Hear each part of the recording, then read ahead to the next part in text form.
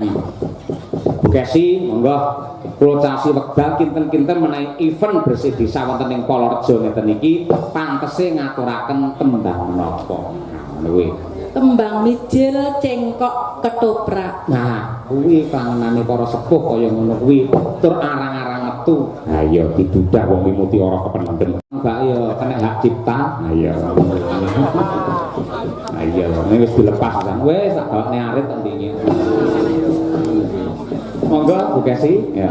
Mijil koprak.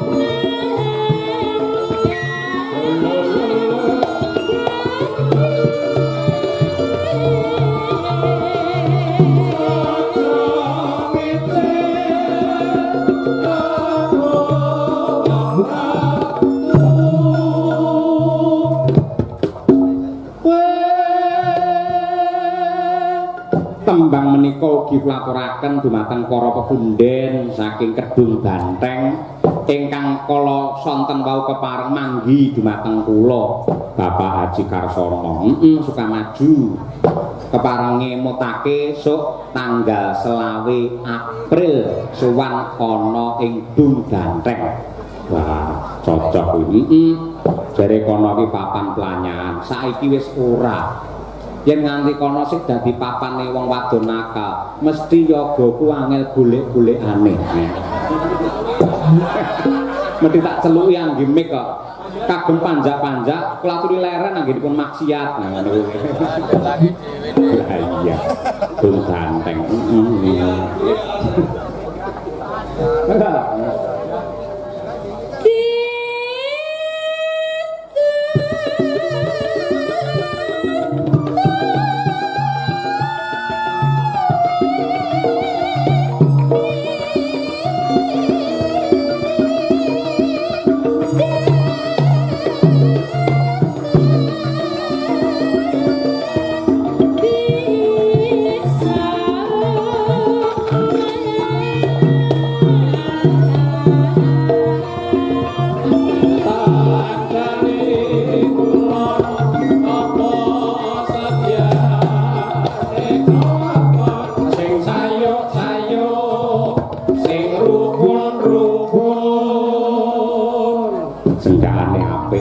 Ngono kuwi ngemu piwulang pesan moral ngetan kali ngulon apa sedyane kelakon blarak disampirke mae cerak ra ngampirke minggu ora prei ditunggu-tunggu ra diwehi mergane wong wis turu dibuka malah ngidoni. Iya. Apike didoni sik. Ah iki mangga makasih ya. Mumpung rong Mei, ayo. Monggo istriku, ayo.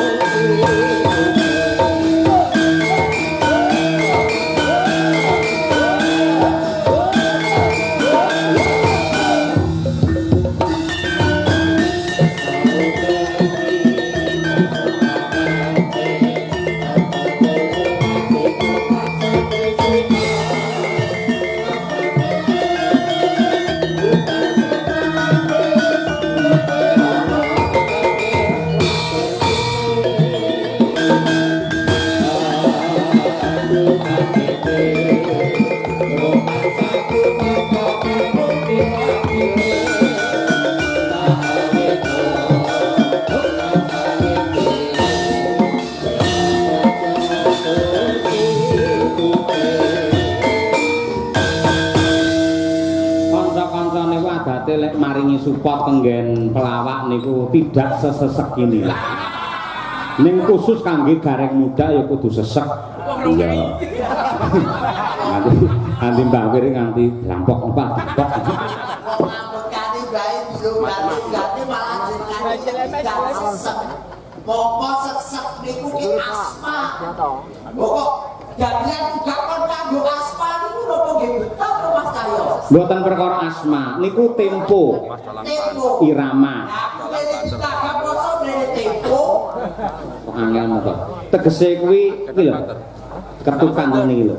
Iki lak santai, lek cepet ya tek tek tek tek tek ngono kuwi. Oh, irama. Irama.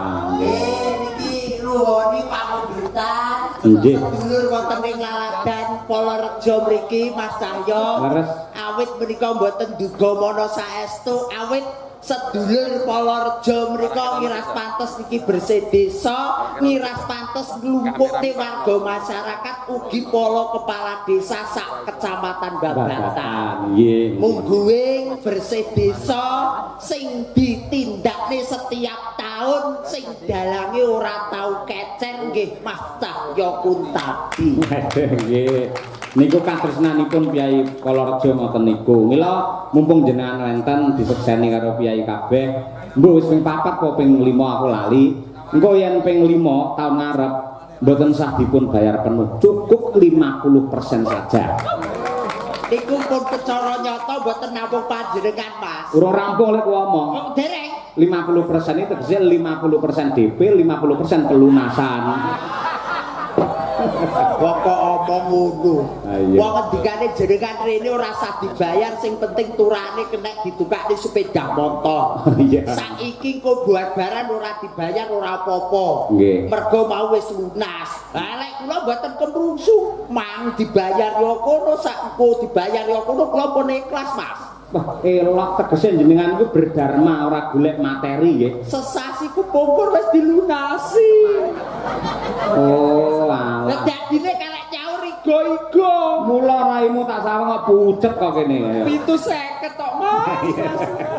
Alhamdulillah barokahullah. Nggih. Lek mboten lantaran kados mekaten nderekne panjenengan Mas Cahyo, Nggih. kula nggih mboten samar menika saged menika nggih ngeten niki sabet jagong paribasane kumpul dulur wonten ing Laladan Polorejo Mas. Leres, nggih. Namung ndedonga muga-muga sak cekapipun bersih desa Nggih. sedaya masyarakat wonten ing Laladan Polorejo manggih kawilujengan kebagas warasan selamat donya kelawan akhirat. Amin. Ingkang baken mugi-mugi sing tani ya tandurane ya melimpah ruah. Bebas dari hama. Nggih ingkang dados Mbah Lurah muga-muga pinaringan seger waras. Amin. Ingkang dados pejabat muga-muga nggih sedaya menika dipun ijabahi Gusti Kang Maha Agung kebak ing kamulyan panjang yuswa. Amin. Amin. Tenan nyambut gawe lek karo Mas Cahyo tenan. Wong nonton iki dukana dukene ora nek senggawe. Lah niku merga katresnane Piyai Polorejo. Kula niku nun sewu mayang tanpa ada peran serta para penonton sing sak lapangan penuh. Saya bukan apa-apa. Yang artinya yang melestarikan budaya wayang, budaya Indonesia bukan dalannya, namun seluruh penonton yang tercinta ini. Tepuk tangan Polorejo.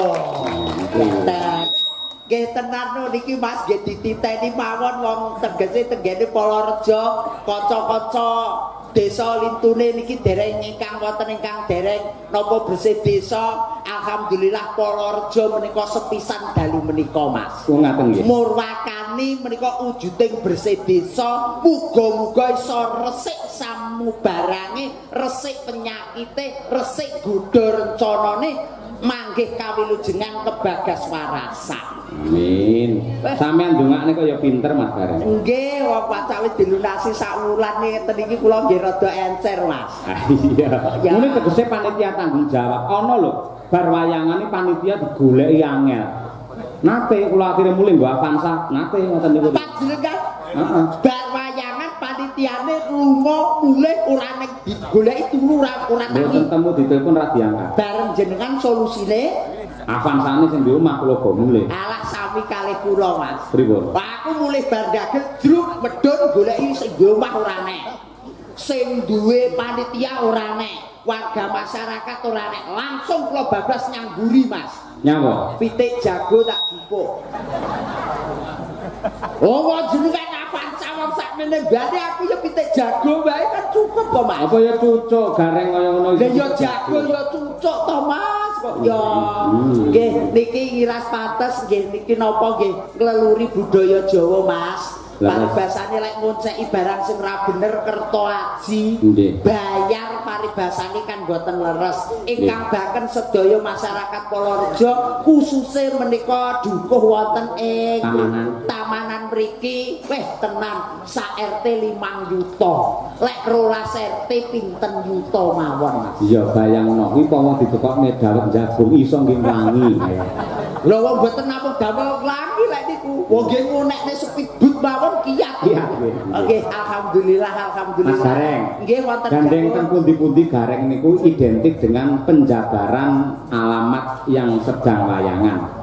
Gitu? Nggih, Iki leres. desane napa? Niki desane Bumbu Rame, Mas. Apa bumbu rame? Lah Polo niku napa? Bumbu Lah nggih Rejo. rame. Lah nggih, nang niki tenggene Bumbu Rame niki nuwun sewu. Niki napa meneh Pak Dino Sugih, lurahe Pak Dino Sugih. Pak Haryanto. Lah hari niku Dino lah Anto. Sugih. Nah, Pak Haryanto ki dina sing sugih. Kula dina sing sugih dalu mriku didamel wayangan. Yalah. 2 periode, muga-muga masyarakate ayem tentrem, padha seneng aja enek sing gontok-gontokan, aja enek sing plero-plerokan, napa meneh jenenge jaman saiki jaman modern, Mas. Pokoke dolanan HP ya sak becik-becike. Nggih. Aja ngantek dolanan HP sing diengge ngeslot, sing diengge apa ku ora bener. Nggih. Lek iso ki dolanan HP iki ya diengge nilpuni tangga-tanggane ngoten. Lah ngapa tanggane ditelepon? Lah yo nggih kok lek bak bojone ora nek ditelepon kan kena dijak COD, Pak. Waduh. Iya. Mboten niki Polorejo silakan diterjemahkan. Po ki apa, lo ki apa? Polorejo. Ayo. Po popokane priyantun seniman wonten ing Laladan Ponorogo. Oh nggih. Popokane niki teng mriki Pak Haryanto nyengkuyung, Mbak Dewan kekalih nyengkuyung, Bu Camat nyengkuyung, masyarakat sedaya nyengkuyung. Kula popokane priyantun seniman wonten ing Laladan Ponorogo. Pak, tepuk tangan untuk Mas Gareng Pacitan, luar biasa. Lagi siji lho, ayo. Lo ki tegese lomo. Lomo samukawisipun mbok bilih mriku sedulur sedaya ngawontenaken tasakuran ora munggur kerto aji ning banyu mili pasugatane. Niku wah tenan Mas, soto teko. Rendang teko, sate teko, kopi teko, teh teko. Kok padang ini. Sampai ini orang ngerti, aku wis matur karo panitia, engko yen bar lingguan lagi hadir di dalam itu. Wah, niku sakit cantut tali pondok, kadang-kadang sinoman lho Mas. Kuah bedo teko urung tak pangan ya diundur neh. Dadi kula sepriki nggih klingsiren. Lah sampean kurang cepet le dahar. Lah jane tak cepet-cepetne wong lagi tak rage wis diundur kok. Mosok tak guru kaya kirek. Iya. Kaya remen ing penggalih merga saged nimbali panjenengan ugi kanca madang kara. Ya. Terakhir Jo mengamengo sok deneh nambok ping 4 ping 10 undang dalang iki wae. Nggih. Niku leres wae Pak Lurah dipun paring dawuh tahun ngarep bersih desa tetep wayangan kula. Nggih. Dagelane nggih gareng. Nggih, alhamdulillah. Nek gareng Semarang. Mas, mboten napa-napa. Kula pas job teng Blitar. Pak boten saged. Mboten saged kok. Nggih. Wong arep golek sandang pangan jenengan iki kok ya paling mboten nggih napa niki dung-dung to Mas. Dung-dung. Pokoke ya aku lek rezeki jenengan pikantuk rezeki, para dagang pikantuk rezeki, sinoman anggenipun cantut tali wondo parkir nggih pikantuk rezeki. Mergo diayomi karo Pak Lurah. Pak Lurah, namanya Pak Lurah Haryanto. Harapannya ke depan Polorejo semakin ngrembaka dan jayeng bawana, tepuk tangan. Rinten kelawan dalu manembah marang Gusti eling sing gawe jagat ora liwat ning 5 wektu. Yan hari Yan niku Yan. Ambok ya aja nganggo Yan ngono bae. Asmane pancen ya ngono. Harian. Aduh. Kok ya nganggo Yan barang to. Lah ya tiwas dilunasi bae ora iso nerjemahne. Yan tegese niku lumayan. Nah. Arep tak nggih nyaur utang sok kliwon wis diwenehi dek sesasi kebongkur. Sampeyan mau yang diutang? Walah wong jenenge apa meneh BRI mekar lho Mas. Wah, aku wis mate kaya kemrungsung. Terakhir Toto wigatining luar biasa dipun rengkuh dulur mriki menika 2 periode. Anggenipun dados lurah atau kepala desa. Aduh. Kake kene kepenak keadilan untuk semua masyarakat Polorejo. Oh, tetep iso nadyan spontan jos gareng nggih. Pak panjenenganipun Bapak Haryanto menika lembah manak semanak tur aruan sopan santun ora bedakne wong cilik lawan wong gedhe. Lamun to bengi iki ora munggah aku nyawer ketoke men kula Mas. Kok iso balik rono neh lho. Lho wong pipipun wong jenengan kake mawon kene mumet ndase. Lho ning ndi-endi dalang karo gareng iki sing ngompani dalange sing nyemes garenge. Oh ya gareng sing kadang iso nyemes aku bagian anu kok kudu cemes kok. Dinten menika mujudaken tasakuran wayangan sedalu natas dalange Mas Cahyo Kuntadi. Saben wayah bersih desa ora lali dienekne kaya ngene. Kaya ngene. Ngeman to tangga teparo mergo yen bendina 55 yuta kuwi ora kepenak. Nih. Nih. Pak mriki. Kok yo ngenang ngene ngoten bingung Pak ngoten iki teng utek ngoten iki nggih mumu. Oh kudu iso. Zaman saiki garing kudu cepat, akurat dan juga bermanfaat. Lah iki apa kaya polisi apa piye? Wong aku ki arep dagel mosok kaya polisi cepat akurat tanggap, cak-cak debak paling. Ah iya. Wong iki ukara lho Mas, kaya wong kelas kula mawon kok nggih. Ngapunten Mas Cahya nggih. Cahya. Nggih. Cah. Cah nggih. Cah kuwi tegese bocah. Bocah sing linwih diukir jiwa ragane marang tiyang sepuh kekalih dadi bocah sing budaya ngerti marang trapsila tata caraning Jawa. Jos terakhir yo. Iya kuwi wonge. Masing-masing wonten. Sip, kula golekne kanca Mas Gareng. Wonten. Ini ada bintang juga dari Ponorogo. Oh nggih. Yang ini. Priyayi Kidul Margi. Oh, apa jenenge? Lho, kene nengen apal aku. Oh. Kene nengen ki jurusan kono ning gone alun-alun. Terus? Lek rono ki nang Madiun. Lek ngulon ning nggo ngalon aku ya apal. Ngendi? Dong Banteng. Oh, tanggal selawe dong Banteng. Nah, karo sampean to ya? Ah, nggih nggih Mas. Nggih. Nggih, kula pesen setunggal lho Mas nggih. Apa? Sing bingisane teko Mendas. Oh iya. Monggo Mbak Lucy coba cublak suweng Mbak Lucy Brahma.